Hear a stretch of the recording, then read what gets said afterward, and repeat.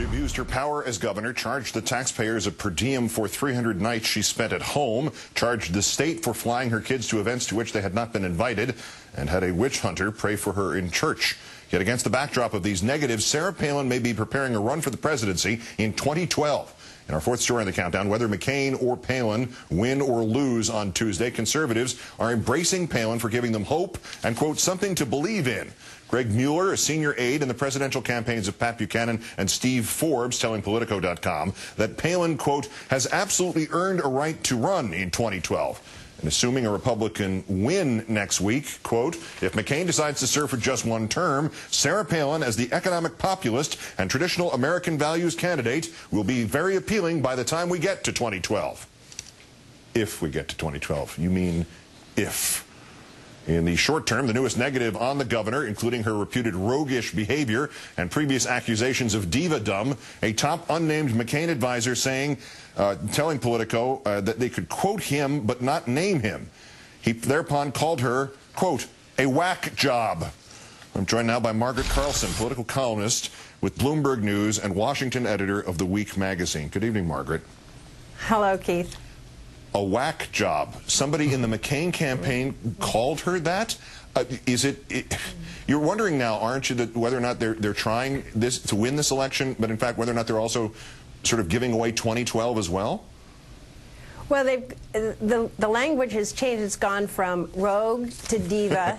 There were about 3 people who used diva, and now it's descended to whack job. It's hard to imagine what's next.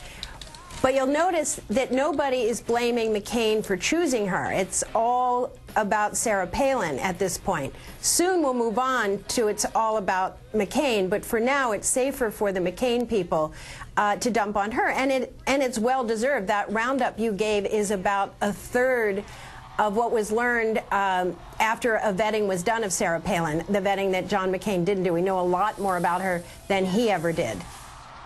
Is this concept, though, among the harsher conservatives that she's really the future of the GOP, is that an accurate description, or might it be closer to last survivor, or what would it be? Well, the last one, please turn out the lights.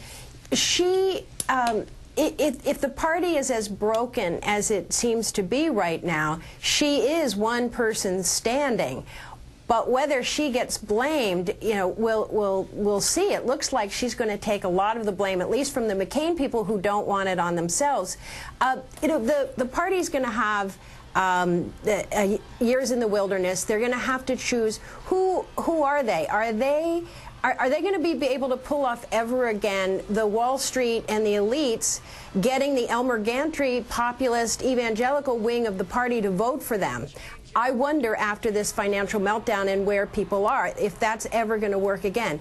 If the populist evangelical group gets a hold of the party, Palin could well be the representative of that. I doubt that after this go-around that that's going to happen. What does it say about the state of the race that a week before the election, this is perhaps the secondary or tertiary topic of conversation about the Republican Party? And just as a sort of science fiction scenario, not the outcome of the election, but what would happen if this Republican Party and this team won next Tuesday? Would this schism be there on January 20th next year for a President McCain and a Vice President Palin? Well, victory tends to heal a lot of wounds. However, if the White House were run the way the campaign were run, that would be very bad for the country. Just the way McCain tried to run the financial crisis and the bailout bill. These were not good moments for him, and this does not bode well. George Will called it operatic behavior. The idea of Sarah Palin being close to the presidency after her performance, because remember, we didn't know anything about her. She started high, she's come down low. The immediate reason for having her worked for John McCain. He got some crowds. It wasn't quite as sad a campaign, but boy, did he pay a price for this. And the next stage is going to be the blaming of McCain for choosing Sarah Palin. And if Sarah Palin comes out of this as anything, I think it's going to, she'll go back to Alaska. She might get reelected, but remember, the papers up there are not pro-Sarah Palin. She's been vetted in a way she wasn't before she had the vice presidential nomination. She's in favor of, she hasn't called for Ted Stevens to step aside. She is part of an Alaska oil politics that means maybe she doesn't get reelected. But I see her as a game show host. I do not see her as a presidential candidate. I think there are a couple of things in TV she might do before a game, but she finally gets her. Maybe she'll go to Sports Center. She'll finally get her wish. Margaret Carlson of Bloomberg News. Thank you, Margaret. Thanks, Keith.